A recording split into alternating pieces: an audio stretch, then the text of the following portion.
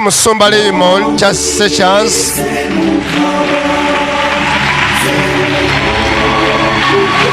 Kama kuwa mukisogwa amaanyi. Kantwale akakisa kano nate okubanga mbabikira Pastor Raymond Ssekyanzi oyo abadde musumba wa maanyi, abadde musajja wa Katonda mulungi nnyo era nga naye musumba we Mutundwe Christian Fellowship. Bano be bamu ku regime ya musumba Kamya Pastor Biyungo ya bebo bantu be bamu era nga naye musumba Tom ye ya mentoringa okubanga atuuka paka mkaseera kano nga badde akyaweereza Mukama. Ono ekkanisa ye esangibwa Seeta, eyo side z'emukono eyo gyesangibwa era nga abadde muweereza w'amaanyi. Abafuji mumumanyi kubanga abadde mugenyi wammwe nnyo, abe Mutundwe mumumanyi, kwegamba si muntu mupya ku feesi zammwe era nkimanyi abasinga ku mmwe mumumanyi bulungi nnyo. Kitalo nnyo, kitalo ddala bw'atyo Mukama Katonda bw'asazeewo. Ebimanya bya Mukama tetubiremesa munnange. Mukama Katonda bw'asalawo nate abeera asazeewo. Ebyo byonna programs ezijja ekimuse eby'okumuwerekera okuwerekera omwoyo gwe byonna tujja kuba tubibatuusaako butereevu. Ffe nga bwe mutumanyi tweyamu kubanga tubaweereza wamu n'okubanga tuweereza Katonda. Munzikirize nno nkome wano mbalage ku nkubo videos. Yes, bw'abadde atambuza obulamu era byonna bimukwatako mujja kuba mubimanya. Tusaba Katonda amulamuze ekisa amuwe ekiwummulo eky'emirembe. Musumba Lemon, just a chance.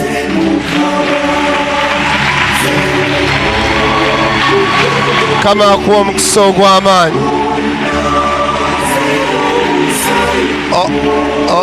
Oyina engeri gy'onjiikiriza akalevu kange. Yeebazibwe Yesu. Naye twebaza Mukama, omusajja wa Mukama ono muweereza tulereddwa kuva Mutundwe.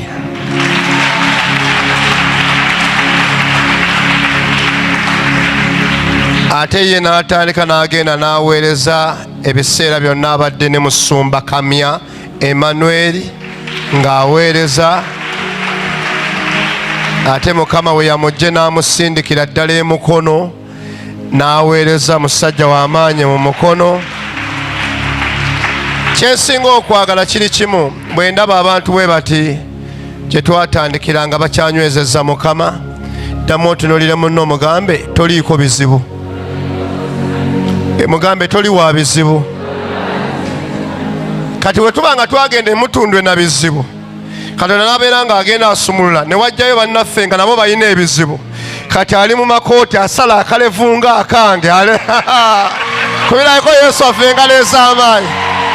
Kale Mukama akuwa omukisa ogw'amaanyi. Yesu nga bw'oyagala era obokola kubanga nze ndi bbumba. Yesu gwe mubumbi.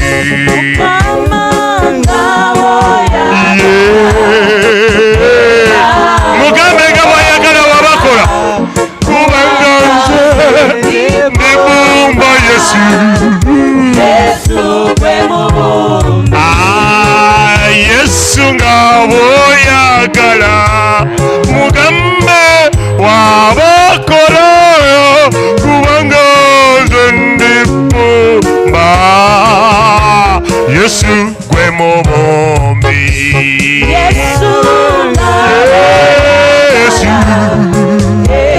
Wenyenyemwa Yesu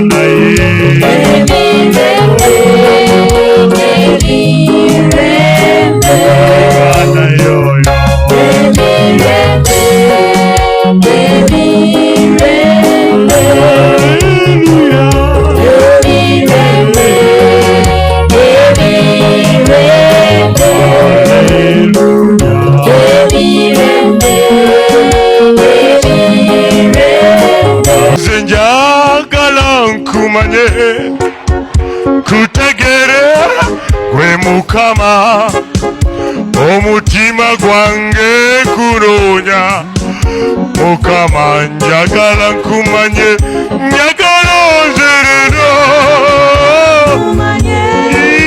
Yesu gwe Mukama gwange kunoonya Mukama njagala nkumanye njagala onzerero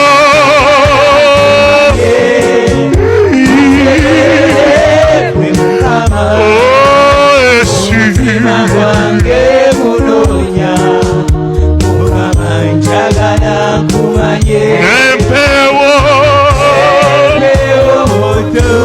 wenoonya amazima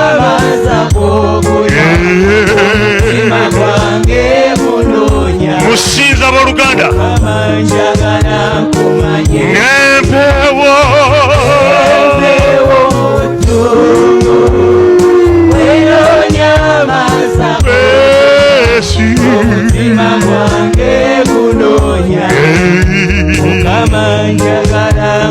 nze njaga wambatira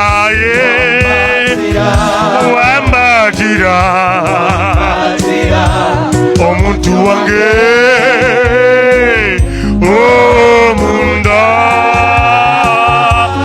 sasira zizabujjaye nkwetaaga kwekidduki taata wange nze nkwetaaga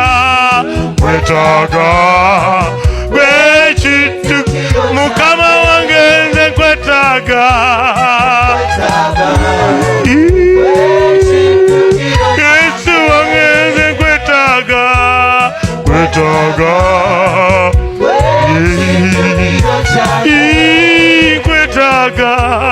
nkwetaaga kwekidduki Yesu nze nkwetaaga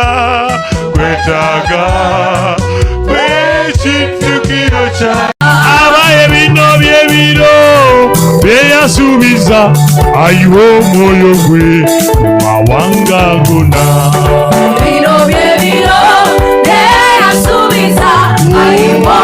wenyenyemwawo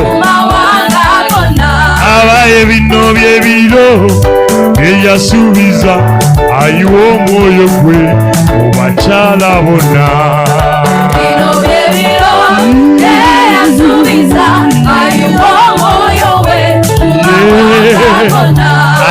bino byebiro byeyasuubiza ayiwa omwoyo gwe mu basajja bonna Yesu